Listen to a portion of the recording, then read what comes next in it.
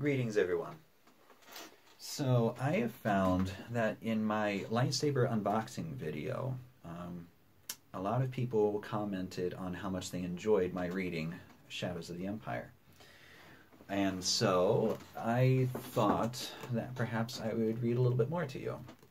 I don't know how much I can read and not get in trouble for it for any sort of copyright infringement. Maybe it's fair use, I don't know. But somebody suggested that, or I guess one or two people suggested that you should read more, and so I will do that for you. I'm only going to read a couple selections. I am going to read the prologue first, which has Prince Xizor. I think it's said Xizor. It's the scene. You'll see what it is. Okay. You'll recognize it. It's a scene from Shadows of the Empire. He looks like a walking corpse, Xizor thought. Like a mummified body, dead 1,000 years. Amazing he's still alive, much less the most powerful man in the galaxy. He isn't even that old. It's more as if something is slowly eating him. Xizor stood 4 meters away from the Emperor, watching as the man who had long ago been Senator Palpatine moved to stand into the holocam field. He imagined he could smell the decay in the Emperor's worn body. Likely that was just some trick of the recycled air, run through dozens of filters to ensure that there was no chance of any poison gas being introduced into it. Filter the life out of it, perhaps, giving it that dead smell. The viewer on the other end of the hololink would see a close-up of the Emperor's head and shoulders, of an age-ravaged face shrouded in the cowl of his dark zade cloth robe. The man on the other end of the transmission, light years away, would not see Xizor, though. Xizor would be able to see him. It was a measure of the Emperor's trust that Xizor was allowed to be here while the conversation took place. The man on the other end of the transmission, if he could still be called that. The air swirled inside the Imperial chamber in front of the Emperor, coalesced, and blossomed into the image of a figure down on one knee. A caped humanoid biped, dressed in jet black, face hidden under a full helmet and breathing mask. Darth Vader. Vader spoke. "What is thy bidding, my master?" If Xizor could have hurled a power bolt through time and space to strike Vader dead, he would have done it without blinking. Wishful thinking. Vader was too powerful to attack directly. "There is a great disturbance in the Force," the Emperor said. "I have felt it," Vader said. "We have a new enemy, Luke Skywalker." Skywalker. That had been Vader's name a long time ago. Who was this person with the same name? Someone so powerful as to be worth a conversation between the Emperor and his most loathsome creation? More importantly, why had Xizor's agents not uncovered this before now? Xizor's ire was instant, but cold. No sign of his surprise or anger would show on his imperturbable features. The Faline did not allow their emotions to burst forth as many of the inferior species. No, the Faline ancestry was not of fur but scales, not mammalian but reptilian, not wild but coolly calculating. Such was much better, much safer. "Yes, my master," Vader continued. "He could destroy us," the Emperor said. Xizor's attention was riveted upon the Emperor and the holographic image of Vader kneeling on the deck of a ship far away. Here was interesting news indeed. Something the Emperor perceived as a danger to himself? Something the Emperor feared? "He's just a boy," Vader said. "Obi-Wan can no longer help him." Obi-Wan. That name Xizor knew.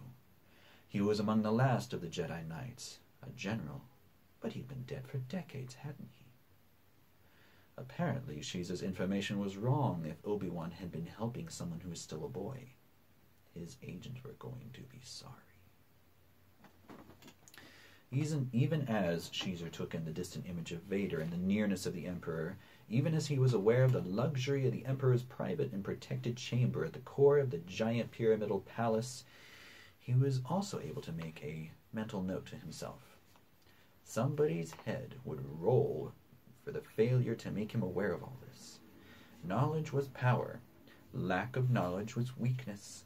This was something he could not permit. The Emperor continued. The Force is strong with him. The son of Skywalker must not become a Jedi. Son of Skywalker? Vader's son? Amazing! If he could be turned, he would become a powerful ally, Vader said. There was something in Vader's voice when he said this, something Xizor could not quite put his finger on. Longing? Worry? Hope? Yes. Yes. He would be a great asset, the Emperor said. Can it be done? There was the briefest of pauses. He will join us or die, Master. Xizor felt the smile, though he did not allow it to show any more than he had allowed his anger play. Ah, Vader wanted Skywalker alive. That was what had been in his tone. Yes, he had said that the boy would join them or die, but this latter part was obviously meant to only placate the Emperor. Vader had no intention of killing Skywalker, his own son. That was obvious to one as skilled in reading voices as was Xizor. He had not gotten to be the Dark Prince, Underlord of the Black Sun, the largest criminal organization in the galaxy, merely on his formidable good looks.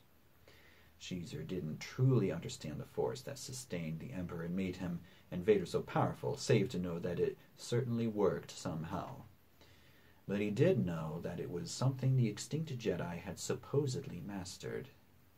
And now, apparently, this new player had tapped into it. Vader wanted Skywalker alive, had practically promised the Emperor that he would deliver him alive and converted.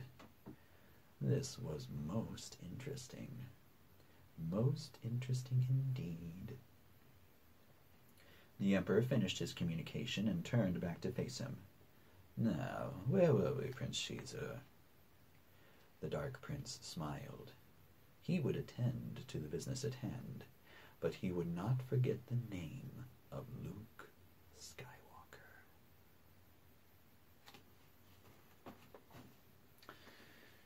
There's the prologue for you of Shadows of the Empire. I don't know if I intend to read the entire book. I may not, I don't know. I guess it depends on what you guys think. If you're enjoying this, then please feel free to like it, subscribe if you wish. I know that my channel is kind of a hodgepodge of different things. A variety show, if you will. I have 8-bit sort of fake chiptunes that I've made with the sort of fake 8-bit program. I have some other different things.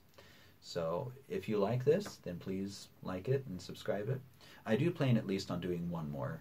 The third chapter in here is an interesting chapter, so I'm going to record that now, and if you guys like that, then I'll upload that for you as well. So, as always, may the Force be with you.